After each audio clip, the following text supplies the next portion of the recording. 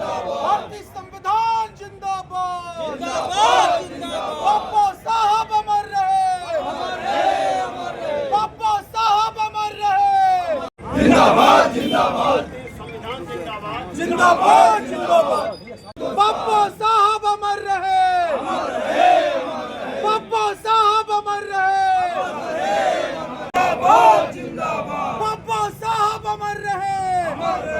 जिंदाबाद जिंदाबाद। जय भीम, जय भीम, जय जय जय जय जय भीम, जय भीम, जय भीम। बाबा साहब अमर रहे,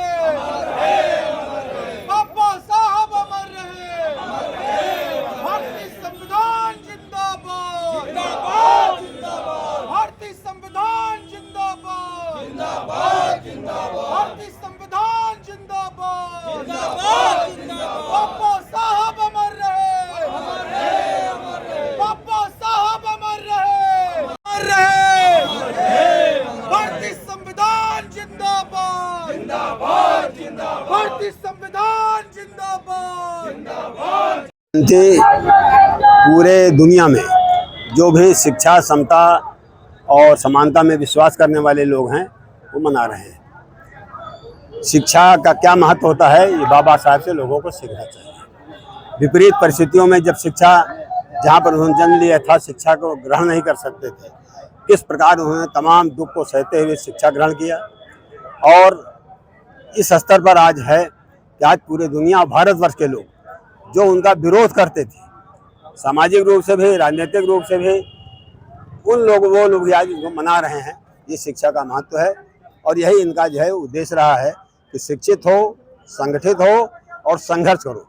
संघर्ष करो के लिए उनका रास्ता साफ साफ था, जो उन्होंने अपने जीवन के अंतिम दिनों में बौद्ध धर्म स्वीकार किया, जो अहिंसा का प्रतीक था, जिसमें हिंसा नहीं थी, भेदभाव नहीं था, जातिगत भेदभाव नहीं था, मानव भेदभाव नहीं था। उन्होंने उस धर्म को स्वीकार किया, तो उनका वही रास्ता रहा कि अहिंसा के रास्ते पे सतत जो है संगठित होकर विरोध करना चाहिए। अम्बेडकर का जो नारा था, जिन्होंने नारा दिया था शिक्षित बनो, संगठित रहो और संघर्ष करो, ये अपने आप में पूरा एक आंदोलन है। जिस तरीके से उन्होंने दबे कुचले, दलित, बैकवर्ड, मुस्लिम समाज के जो भी वो तबके के लोग थे, उनकी लड़ाई लड़ी और देश को संविधान दिया, देश के संविधान की रचना की। इतना बड़ी महान शख्सियत हमारे भारत में पैदा हुई और जिन्होंने इस भारत को एक लोकतंत्र के मजबूत स्तंभ की तरह स्थापित किया।